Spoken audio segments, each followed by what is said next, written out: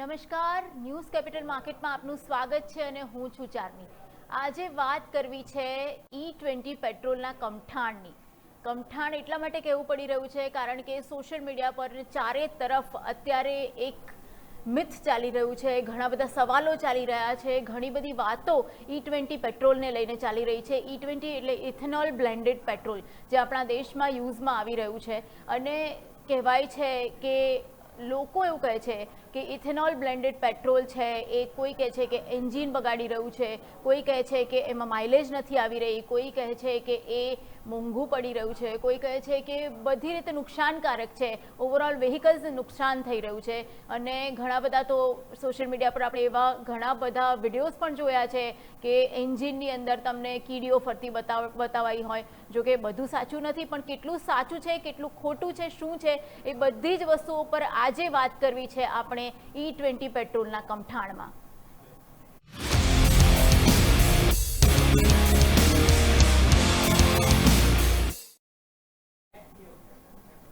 E20 petrol એટલે કે ethanol blended petrol, જેમાં 80% પેટ્રોલ અને 20% ઇથેનોલ ભેળવવામાં આવે છે. અને એને લઈને એટલા બધા સવાલો અત્યારે ચાલી રહ્યા છે કે ગવર્મેન્ટે પણ એની સ્પષ્ટતા કરવી પડે છે. વારંવાર એના પર સવાલ પૂછાઈ રહ્યા છે. ત્યારે આપણા જે કેન્દ્રીય પેટ્રોલિયમ મંત્રી છે હરદીપસિંહ પુરી, એમને તાજેતરમાં જ ગઈકાલે એક પ્રેસ કોન્ફરન્સમાં હાજર હતા, એક ફંક્શનમાં હાજર હતા અને એમાં એક સવાલ પૂછવામાં આવ્યો ઇથેનોલને લઈને અને એમાં એમણે જે જવાબો આપ્યા એમણે ચોખ્ખું સ્વીકાર્યું છે કે ઇથેનોલ બ્લેન્ડ કરવાથી માઇલેજમાં ઘટાડો થાય છે.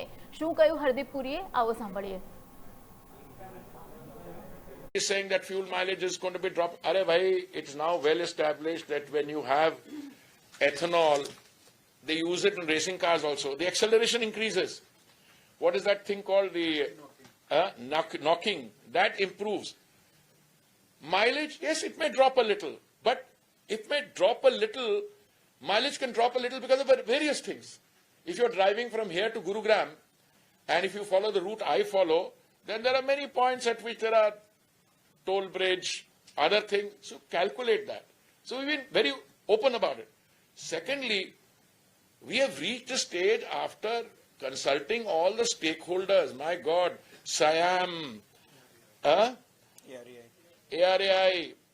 Then somebody says, your insurance is no longer covering this.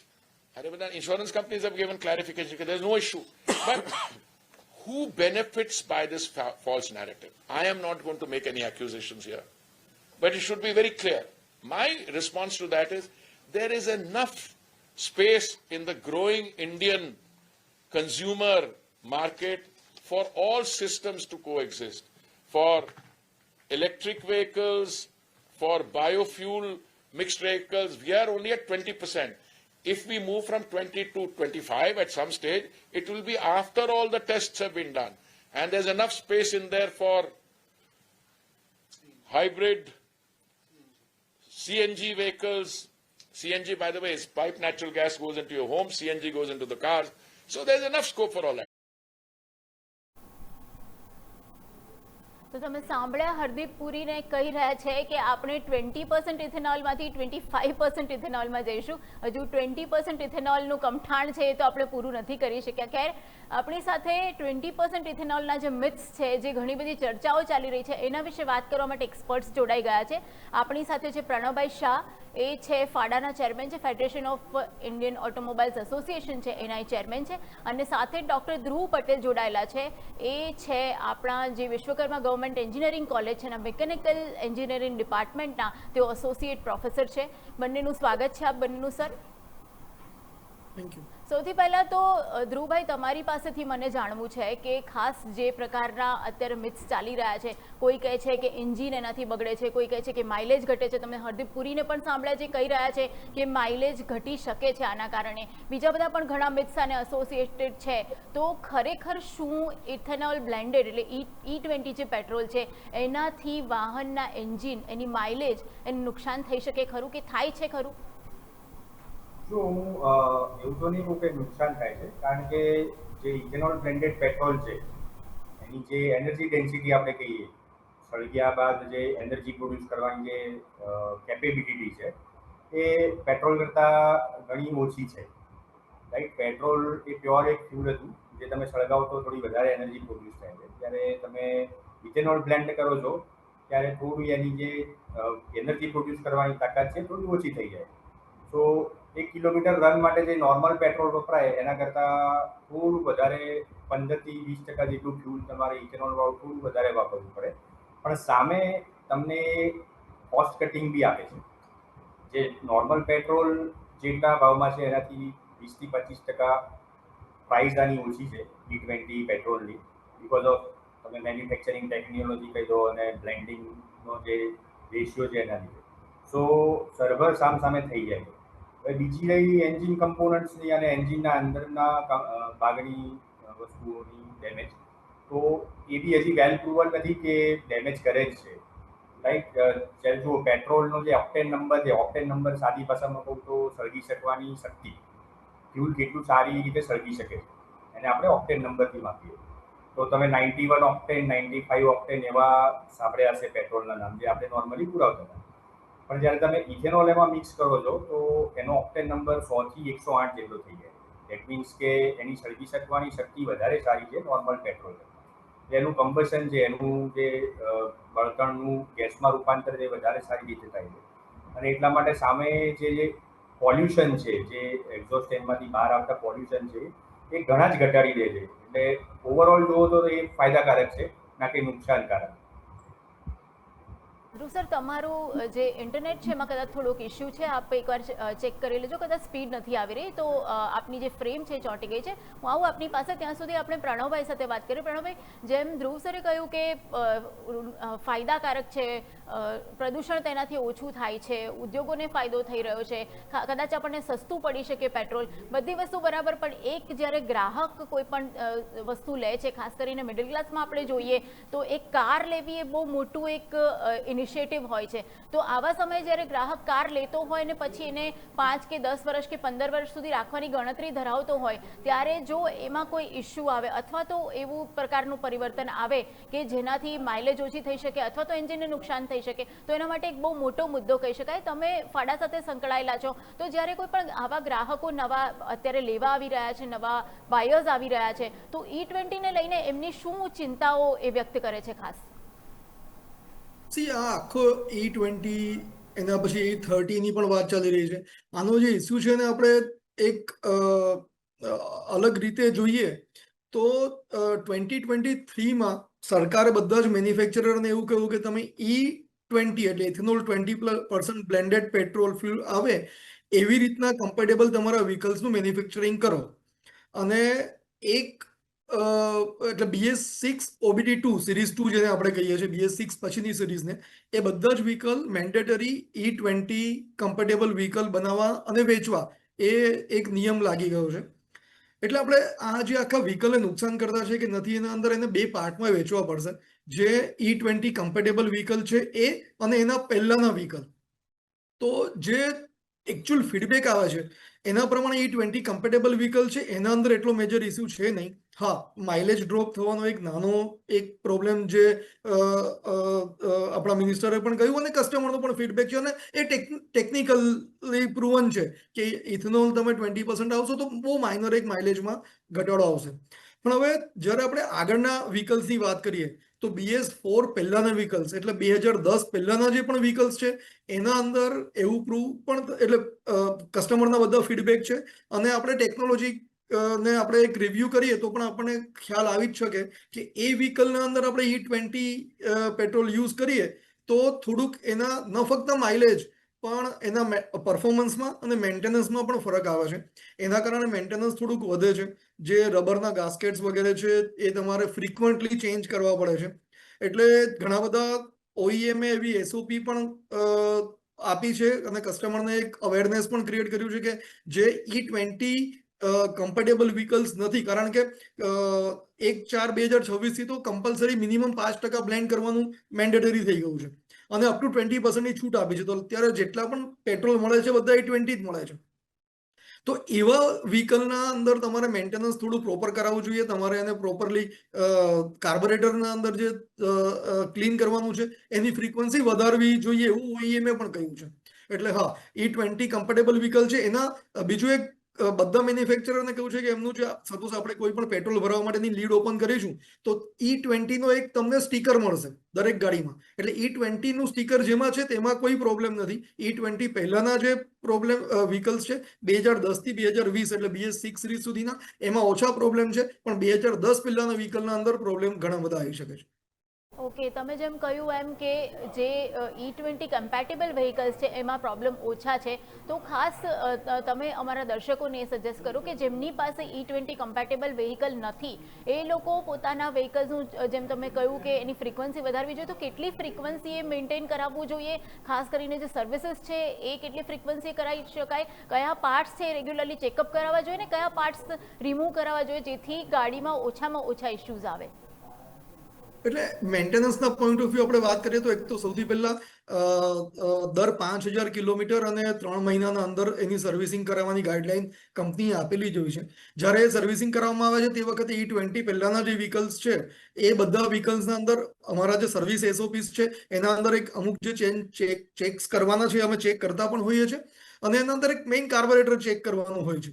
બીજું એક જે કસ્ટમરનું ફીડબેક આવ્યું છે, ઇથેનોલ અને પાણી જે વખતે મિક્સ થઈ જાય છે એટલે ઘણી વખત તમારું સપોઝ ફ્યુલ કેપ બરાબર નથી કે એમાં લીકેજ છે તો વધારે પ્રોબ્લેમ આવી શકે છે. એટલે જેટલા પણ કસ્ટમરની કમ્પ્લેનો આવી છે E20 જ્યારથી પણ ચાલુ થયા છે ત્યાર પછી, તો એક મેજર એવું જોવામાં આવ્યું છે કે ચોમાસાના અંદર આ કમ્પ્લેન વધી જાય છે. એટલે ચોમાસામાં તમારે થોડી ફ્રીક્વન્સી વધારવી જોઈએ, અને એના જે પાર્ટ્સ ચેન્જ કરવાના છે, જે વિયર એન્ડ ટિયરના પાર્ટ્સ છે, વિયર એન્ડ ટિયર એટલે જે ચલાવવાથી ઘસારો થાય એ પાર્ટ્સ ચેન્જ કરવાના છે અને કાર્બોરેટર સાફ કરાવવાનું છે. ઓકે, તો પ્રણવભાઈ ઘણી બધી ઉપયોગી ટિપ્સ તમે આપી. આ ઉપરાંત થોડી બીજા દેશોની ને આપણી કમ્પેરિઝન ને બીજી પણ થોડીક વાત કરવી છે, પણ એ આપણે વાત બ્રેક પછી કરીશું. અત્યારે આપણે રોકાઈએ છીએ એક નાનકડા બ્રેક માટે.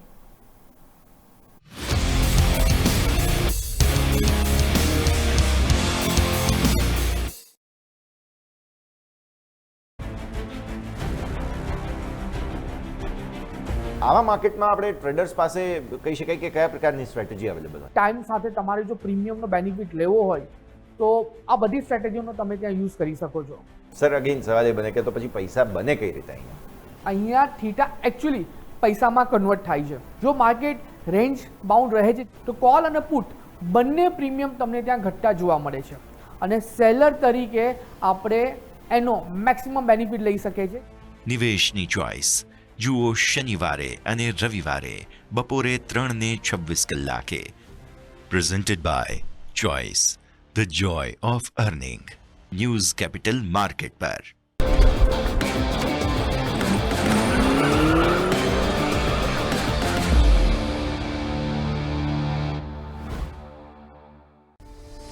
यहाँ लगा देते हैं माँ.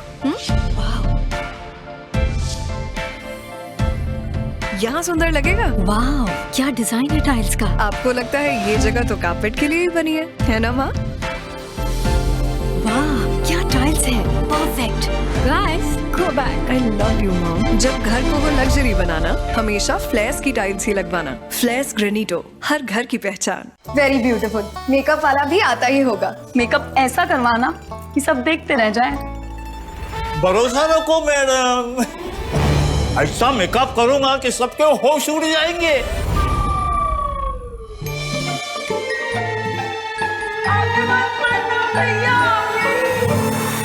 कहीं ऐसा ही कुछ आपके इन्वेस्टमेंट के साथ ना हो जाए. अपनाइए भरोसे की चॉइस और स्टॉक्स, म्यूचुअल फंड्स, IPOs में इन्वेस्ट कीजिए बिंदास. Download choice Phoenix today. Investments in securities market are subject to market risks. Read all the related documents carefully before investing.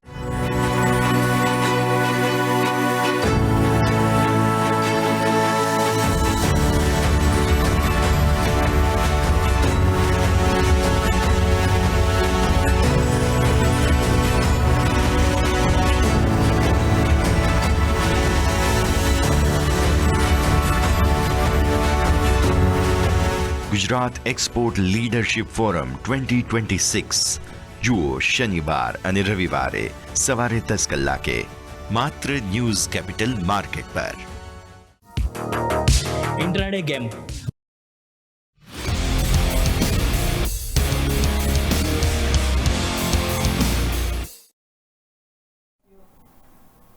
Welcome back. વિશેષ રજૂઆતમાં વાત કરી રહ્યા છીએ E20 પેટ્રોલના કમઠાણની, અને આપણી સાથે વાત કરવા માટે નિષ્ણાતો જોડાયેલા છે. ખાસ આપણી સાથે પ્રણવભાઈ શાહ છે અને સાથે જ ધ્રુવભાઈ પંચાલ પણ આપણી સાથે જોડાયેલા છે. ધ્રુવભાઈ, તમારી પાસે આવવા માંગીશ. ખાસ કરીને જે પ્રકારે કહેવામાં આવી રહ્યું છે કે E20 કમ્પેટેબલ અને એના પહેલાંના વ્હીકલ્સ, તો એક તફાવત આ બંને વચ્ચે શું હોય છે?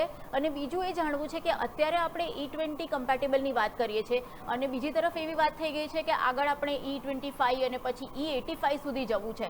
તો એક તરફ આ E25 કમ્પેટેબલની વાત થઈ રહી છે અને શું આપણે ફ્યુઅલ ફ્લેક્સની વાત ન કરવી જોઈએ? શા માટે માત્ર E20 કમ્પેટેબલ? ફ્યુલ ફ્લેક્સ તમે જોશો તો ઓલરેડી ઇન્ડિયન માર્કેટમાં 2 મોટરસાઇકલ અને થોડી ઘણી કાર્સ અવેલેબલ છે ફ્યુલ ફ્લેક્સ તરીકે, કે જે નોર્મલ પેટ્રોલ અને E20, E25, 80 સુધી બી સારી રીતે કાર્યરત થઈ શકે છે. તો એ તો ઓલરેડી માર્કેટમાં આવવા જ લાગ્યા છે. બટ જેમ આપણા મિનિસ્ટર સાહેબે બી કીધું કે પ્રોપર રિસર્ચ પછી જ એ લોકો માર્કેટમાં ફ્યુલ્સ અને બ્લેન્ડિંગવાળા ફ્યુલ્સ લાવી શકે, જેથી કરીને પર્યાવરણને અને વ્હીકલને ઓછામાં ઓછું નુકસાન થાય. હવે E20 ટેકનોલોજી ઓલરેડી પ્રૂવન છે. E25 ઉપર ઓલરેડી એક્સપેરિમેન્ટ અને જે પ્રાયોગિક કાર્ય હતું એ બધું પતી ગયું છે અને ઓલમોસ્ટ એ બી વેલ પ્રૂવન થવા જઈ રહ્યું છે. અને મેઇનવાઇલ એ લોકોએ E85 ફ્યુલ બી એ લોકોએ ઓપ્શનલ તરીકે માર્કેટમાં મૂક્યું છે, કે જેની જોડે જે ફ્લેક્સ કાર છે, ફ્યુલ ફ્લેક્સ કાર છે, એ લોકો E85 સાથે બી પોતાનું વ્હીકલ ડ્રાઈવ કરી શકે છે. તો ફ્લેક્સ વાળા વ્હીકલ ઓલરેડી અવેલેબલ છે, પણ હા, ટેકનોલોજી ઓબ્વિયસલી ચેન્જ થશે. જે કમ્પેટેબલ વ્હીકલ્સ છે એના મટીરિયલ, તમે મેટલના મટીરિયલ જો તે વધારે હાર્ડનિંગ કરેલા વધારે સારી પ્રોપર્ટી સાથે આવશે. અને જે રબરના ગાસ્કેટ, જેમ સાહેબે વાત કરી હતી, પ્રણવ સાહેબે, કે રબરના જે પાર્ટ છે જે ઇથેનોલના કેમિકલ કમ્પોઝિશનના લીધે થોડા ઘણા ડેમેજ થાય છે, એ બી રિફાઇન થઈને આવશે. તો જે જૂની કાર્સ છે એમાં આપણે ઓબ્વિયસલી જે રબરના કમ્પોનન્ટ છે, ગાસ્કેટ છે, બૂટ્સ છે, પેસેજીસ છે, એ બધા આપણે રેગ્યુલર ચેકઅપ કરાવતા રહેવું પડે, કે જેથી કરીને કોઈ મોટું એક્સિડન્ટ કે કોઈ મોટી ખામી એન્જિનમાં ના શકે. ઓકે, તો પ્રણવભાઈ, બીજી એક વાત તમારી સાથે એ કરવી છે કે બે વસ્તુઓ એક સામે આવી હતી. એક વોરંટીને લઈને વાત આવી હતી કે જે E20 ફ્યુઅલના કારણે જો ડેમેજ થાય વ્હીકલના એન્જિન, તો એને વોરંટીમાં સમાવેશ ન કરે એવી એક મિથ ચાલી રહી છે.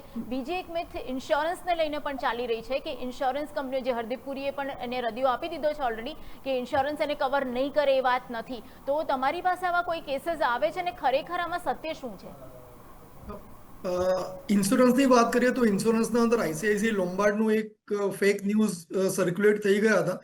ત્યાર પછી આઈસીઆઈસીઆઈ લોમ્બાર્ડે ઓફિશિયલી ક્લેરિફાઈ કર્યું છે કે જે E20 વ્હીકલ્સ છે એમાં તો વિધાઉટ એની ક્વેશ્ચન કોઈ પણ પ્રોબ્લેમ આવશે તો ઇન્સ્યોરન્સ એને કવર કરશે.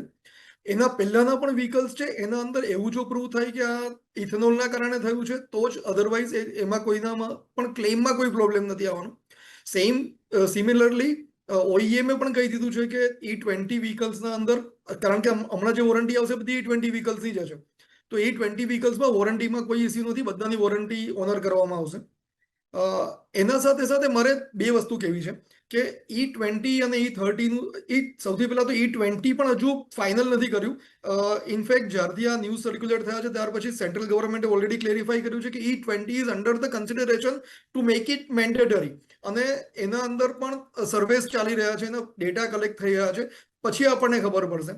E20 કે E30ની જરૂરિયાત શું છે? તો કોઈ પણ દેશના અંદર જ્યારે આપણે ડિપેન્ડન્સી ફ્યુલના અંદર, પેટ્રોલિયમ પ્રોડક્ટના ઉપર, ઇમ્પોર્ટ પર હોય, તો સૌથી પહેલા આપણે ફોરેક્સ રિઝર્વ કે ફોરેક્સના ઉપર ધ્યાન આપવાની જરૂર છે.